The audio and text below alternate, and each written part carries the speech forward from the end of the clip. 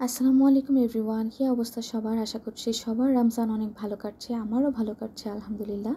তো আমাদের গ্রাম থেকে আমাদের গাছের বড়ই পাঠিয়েছিল। বাট যেহেতু রমজান চলছে তেমন কিছুই একটা খাওয়া হয় না। আর বড়ই খাওয়া তো অনেক দূরের কথা, এত সময় কোথায়?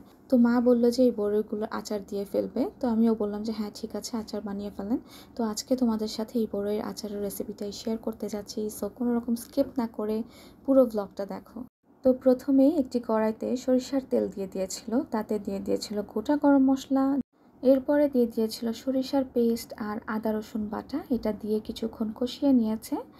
এরপরে দিয়ে দিয়েছিল মরিচের গুঁড়া, হলুদের গুঁড়া, ধনিয়া গুঁড়া দিয়ে মশলাটাকে ভালোভাবে কষিয়ে নিয়েছে। অ্যান্ড অফকোর্স পরিমাণ মতো লবণ তো দিতেই হবে। তো এই সব কিছু দিয়ে ভালো মতো যখন কষানো হয়ে গেছে, মশলার কাঁচা গন্ধটা যখন চলে গেছে, তখন এর মধ্যে ধুয়ে রাখা বড়ইগুলো দিয়ে দিয়েছে। তো বড়ই দিয়ে ভালোভাবে মশলায় কিছুক্ষণ কষিয়ে নিতে হবে, যাতে করে বড়ইয়ের ভিতরে মশলাগুলো ভালো করে ঢুকে যায়। তো মশলার সাথে বড়ইগুলো কষানো হয়ে গিয়েছিল, পরে এর মধ্যে পরিমাণ মতো চিনি দিয়ে দিয়েছিল। চিনিটা অবশ্যই আমি যেরকমটা সবসময় বলি, তোমরা তোমাদের পছন্দ অনুযায়ী দিবা। তোমরা যদি বেশি মিষ্টি খেতে চাও বেশি চিনি দিবা, কম মিষ্টি খেলে কম চিনি দিবা। তবে এই সময়টা কিন্তু অবশ্যই খেয়াল রাখবা যে খুবই আলতো হাতে নাড়তে হবে এবং চুলার জাল একদম লো করে দিতে হবে, একদম লো। তারপরে হচ্ছে গিয়ে দেখতেই পাচ্ছ আমি কত আলতো হাতে নাড়ছি। এরপরে আমি শরবত বানাতে চলে যাই। আজকে হচ্ছে গিয়ে ইসবগুলের ভুসি, চিয়া সিডস আর লেবু দিয়ে শরবত বানানো হবে। যেহেতু আমি চিনিটাকে একটু কম খাই, তাই আমি আমার শরবতটা আগে ঢেলে সাইড করে নিচ্ছি। এরপরে বাকি শরবতগুলোর মধ্যে চিনি মিশিয়ে নিচ্ছি। এই তো আমার শরবত বানানো হয়ে গেছে। এবার আমি যে শরবতটা রেখে দিয়েছিলাম সেটার মধ্যে আমি কিছুটা খেজুরের গুড় মিশিয়ে নিচ্ছি। তো শরবত বানিয়ে ফ্রিজে রেখে বড়ইয়ের কাছে গেলাম, গিয়ে দেখলাম যে বড়ইটা অনেকটা হয়ে এসেছে। তো বড়ইয়ের কালার ঠিক এরকমটা যখন হয়ে আসবে তখন বুঝবা যে বড়ইটা হয়ে গেছে। এরপরে এর উপর থেকে দিয়ে দিচ্ছি মরিচের গুঁড়ো এবং গরম মশলা গুঁড়ো। এটা দিলে খুব ভালো একটা ফ্লেভার আসে। তারপরে দিয়ে দিচ্ছি পাঁচফোড়ন গুঁড়ো। এটা তো মাস্ট আচারে দিতেই হবে, না হলে তো আচার যে ফ্লেভারটা সেটাই আসবে না। তো এটা দিয়েও আলতো হাতে নেড়ে দিচ্ছি যাতে বড়ইগুলো না ভেঙে যায়। বড়ইগুলো ভেঙে গেলে কিন্তু একদম স্লিপারি একটা টেক্সচার হয়ে যাবে। দেখতেই পাচ্ছ যে আমি এত আলতো হাতে নাড়ার পরেও একটা দুইটা বড়ই ভেঙে যাচ্ছে। তো এই জিনিসটা খুবই খেয়াল রাখবা এবং আলতো হাতে নাড়াচাড়া করবা। বড়ই যত বেশি আস্ত থাকবে তত বেশি এটা খেতে মজা লাগবে।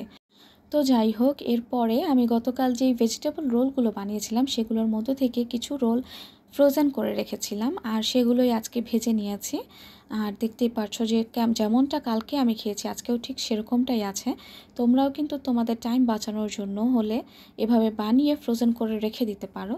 তো এই তো আমাদের আজকে ইফতারের প্রিপারেশন শেষ। আজকে ইফতারিতে তেমন কিছুই বানানো হয় নাই, যেহেতু বড়ির আচার বানিয়েছিলাম আর এটাতে অনেক বেশি সময় লাগে। আর এদিক দিয়ে আমি আবার একটু মোহিতো বানিয়ে নিলাম। এই মোহিতোর রেসিপিটা কিন্তু আমি তোমাদেরকে ট্যাগ করে দিব, তোমরা চাইলে দেখে নিতে পারো। অনেক বেশি মজা হয়েছিল এটা। সো স্ট্রবেরি মোহিতো বানাতে বানাতে মাগরিবের আজান দিয়ে দিয়েছিল আর আমরা সবাই ইফতার করতে বসে পড়েছিলাম। আর কথায় আছে না, যেদিন যেই জিনিসটা কম বানানো হয় সেদিন সেটা নিয়ে কারাকারি পড়ে। তো আজকে যেহেতু রোল ছিল আর সেজন্য মা তেমন একটা মুড়ি মাখায় নাই, কম করে মাখাইছে। তো আমি এদিকে রোল খাচ্ছিলাম, তারা সবাই মুড়ি মাখা নিয়ে কারাকারি করছিল, কারণ আজকে কম বানানোতে আজকে এই মুড়ি মাখাটা মজা হয়েছে অ্যান্ড এটা নিয়েই টানাটানি শুরু হয়ে গেছে। তো সবাই হচ্ছে কি আগে ফল খায় তারপরে মুড়ি মাখা খায়। আমাদের বাড়িতে উল্টাটা, আমাদের বাড়িতে সবাই ভাজাভুজি এত বেশি পছন্দ করে যে আগেই সবাই মুড়ি মাখা খায়, তারপরে সবাই ফল খায়। অ্যান্ড তোমরা আমার প্রিভিয়াস ভিডিওগুলোতেও দেখেছো যে আমি সবার শেষে গিয়ে ফল খাচ্ছিলাম। তো তারপরে অফকোর্স আমি কফি খেয়েছি এবং আমি তো রাতে ভাত খাই না, তারপরেও যেহেতু আজকে মা বেগুন ভেজেছিল, বড়া ভেজেছিল, তো বললো গরম গরম কিছু ভাত খেতে, কারণ পরে আবার মধ্যরাতে গিয়ে এত মজা লাগে না সব কিছু খেতে। তো যাই হোক, আমি রাতের ডিনারটাও সেরে নিলাম। সো আজকের ভিডিও এই পর্যন্তই, দেখা হচ্ছে নেক্সট ব্লগে। সো যারা যারা আমার চ্যানেলে এখনও সাবস্ক্রাইব করো নাই বা ফলো করো নাই করে ফেলো, কারণ সামনে আরও ভ্লগ আসতে যাচ্ছে।